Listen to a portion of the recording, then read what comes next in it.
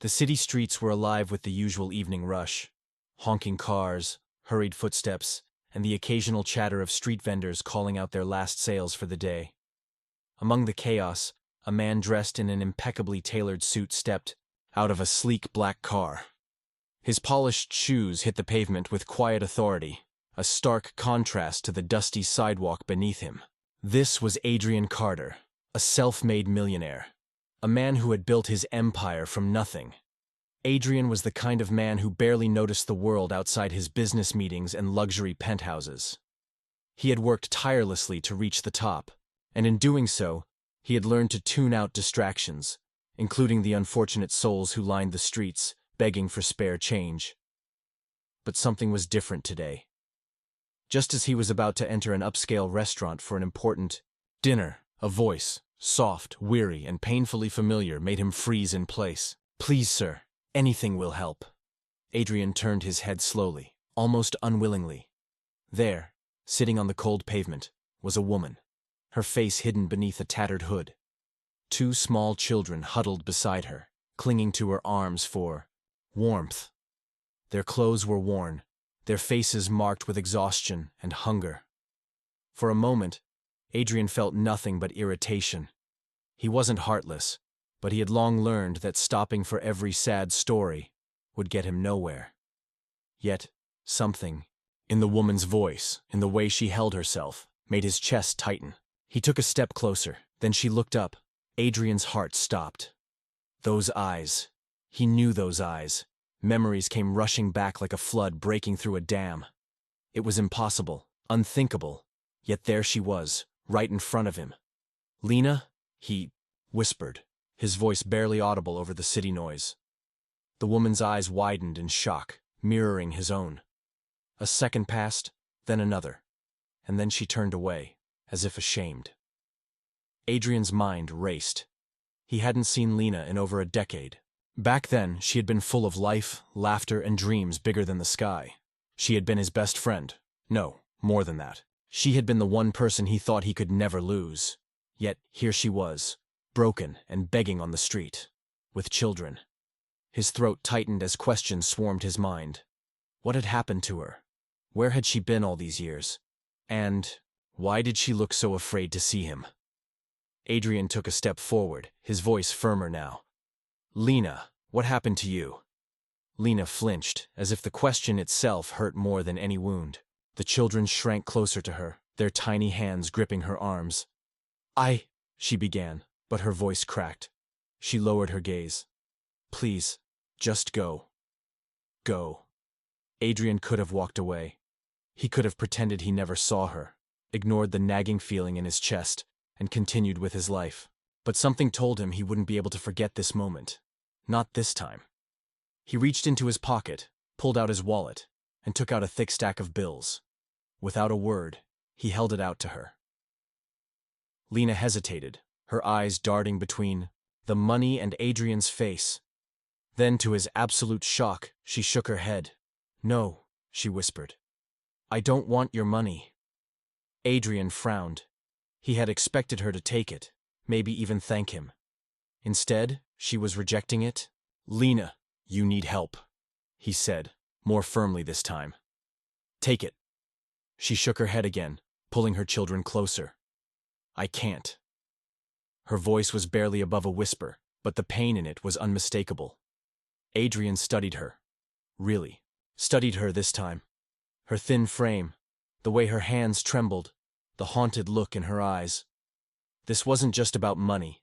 Something was terribly wrong, and Adrian Carter wasn't about to walk away. Not now. Not ever. Adrian stood there, staring at Lena as the weight of the moment settled in his chest.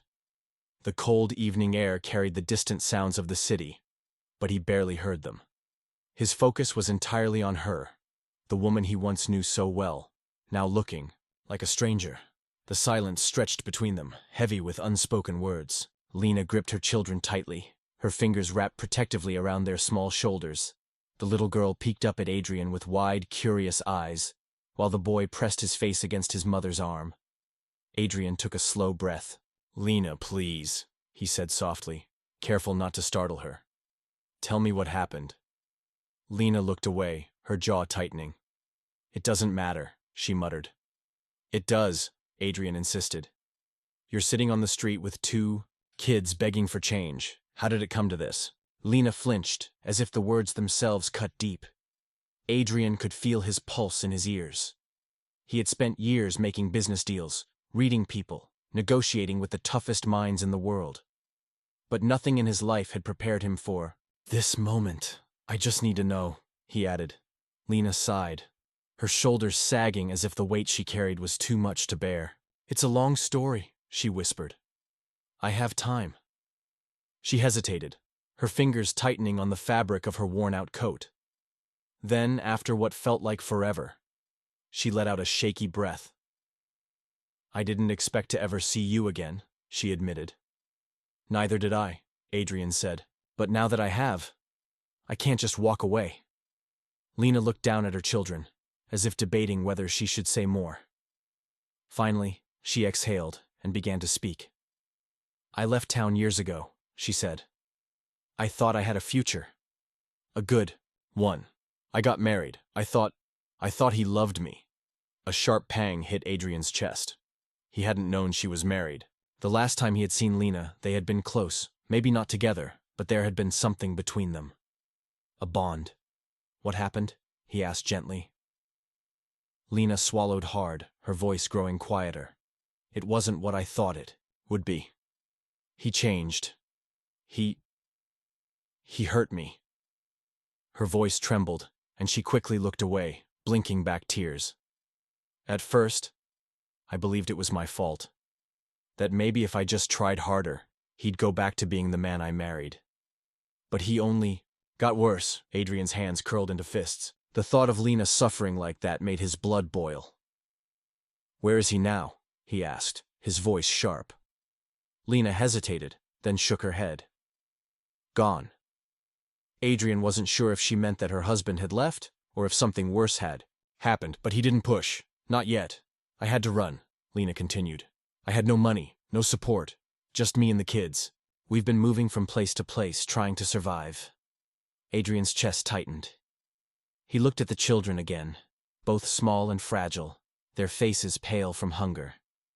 He could see now that their shoes were barely holding together, their clothes too thin for the cold. His mind was already working, already trying to find a solution. He could help them, he could get them food, shelter, anything they needed, but something told him Lena wouldn't accept it easily. I can help you, he said carefully. Lena shook her head before he could even finish. I don't need charity. It's not charity, Lena, Adrian said. It's help. From someone who cares. Her lips trembled, and for the first time he saw something flicker in her eyes. Something like relief, but also fear. I don't know if I can trust you, she admitted. Adrian felt that like a punch to the gut. You used to, he said. That was a long time ago, Lena whispered. The pain in her voice told him everything he needed to know. Whatever had happened in her life had broken her trust in people, made her wary of kindness. Adrian took a slow step forward. Then let me prove to you that you still can. Lena looked at him, searching his face, as if trying to decide whether he was worth believing. Then, without a word, she nodded. It was small, barely even noticeable. But it was enough. Adrian wasn't going to let her suffer anymore, not if he could help it, and he would. No matter what it took. Adrian led Lena and her children toward his car, his mind racing with everything he needed to do. He didn't care about the dinner meeting he was missing. Didn't care about the confused stares from the people passing by. All that mattered was getting them somewhere safe. Lena hesitated as they reached the sleek black car, her fingers tightening around her children's hands. Adrian could see the conflict in her eyes. Trust didn't come easy for someone who had been through what she had, and stepping into his world again must have felt terrifying. You don't have to be afraid, he said gently. Just let me help. After a long pause, Lena nodded, and they got into the car. The children sat quietly, their eyes darting around the luxurious interior as if they had never been in a vehicle like this before. Adrian gave his driver a quick instruction. and they pulled away from the cold streets that had been their reality for far too long. They arrived at one of Adrian's private properties, a warm, comfortable house tucked away from the chaos of the city. It wasn't his main home, but it was perfect for them to rest and recover. Lena hesitated at the doorway, her children clinging to her coat. "This is too much," she whispered. "I can't." "Yes, you can," Adrian interrupted. "Just for tonight, please." Her lips pressed together, but eventually she stepped inside. The warmth wrapped around them like a long-lost embrace. The children's eyes widened as they took in the soft couches, the glowing lights, the smell of fresh bread from the kitchen. For the first time, Lena exhaled, as if she had been holding her breath for years. That night, Adrian made sure they had everything they needed: warm food, fresh clothes, a safe place to sleep. But sleep didn't come easy for him. He sat in the dimly lit living room, staring out at the city, his mind tangled in thoughts. How had it come to this? How had Lena, the girl who once dreamed of traveling the world, ended up begging on the streets? As if sensing his thoughts, Lena appeared in the doorway. She wore one of the robes he had left for her hair still damp from the shower. For the first time since he had seen her again, she looked like herself, not just a shadow of the girl he once knew. "I owe you an explanation," she said softly. Adrian shook his head. "You don't owe me anything." Lena sighed, then walked over and sat across from him. "I don't know how to start." "Start with the truth." She looked down at her hands, then back up at him. "My husband, he didn't just hurt me," she admitted. "He controlled everything. Our money, our home, even my thoughts. I wasn't allowed to have friends, wasn't allowed to reach out to anyone. When I finally got the courage to leave, I had nothing. No bank account, no job, nothing. He made sure of that." Adrian felt his jaw tighten. "Where is he now?" Lena hesitated. "Gone," she said again. But this time, there was something final in her tone. Adrian didn't press. It didn't matter. What mattered was that she was here now, safe. "I tried," Lena continued. "I tried to build a new life, but doors kept closing. People don't hire someone with no work history. Shelters were full. Every step forward pushed me 2 steps back. And then I ended up here." She let out a sad laugh. "I never thought I'd see you again. Not like this." Adrian leaned forward. "You don't have to go back to that life. I can help." Lena shook her head. "I can't live off your kindness forever." "Then let me help you get back on your feet." She hesitated, and Adrian could see the battle inside her. Accepting help meant admitting she couldn't do it alone. But wasn't that okay? Finally, she nodded. Just a small nod, but enough. The next few weeks were a whirlwind. Adrian used his connections to find Lena a job, one she could build a future from. He helped her secure a home, ensured the kids were in school, made sure she had everything she needed to start over. But more than that, he gave her something she hadn't had in years: hope. One evening, as they stood outside her new apartment, Lena turned to him with tears in her eyes. "I don't know how to thank you," she whispered. Adrian smiled. "You don't have to." She paused, then reached for his hand. "I almost forgot what it felt like, to be seen, to be cared for." "You'll never have to forget again," he promised. Lena squeezed his hand, then stepped inside, her children running in after her. Adrian stood there for a moment, watching the light from inside spill onto the street. She was safe. She was free, and that was all that mattered.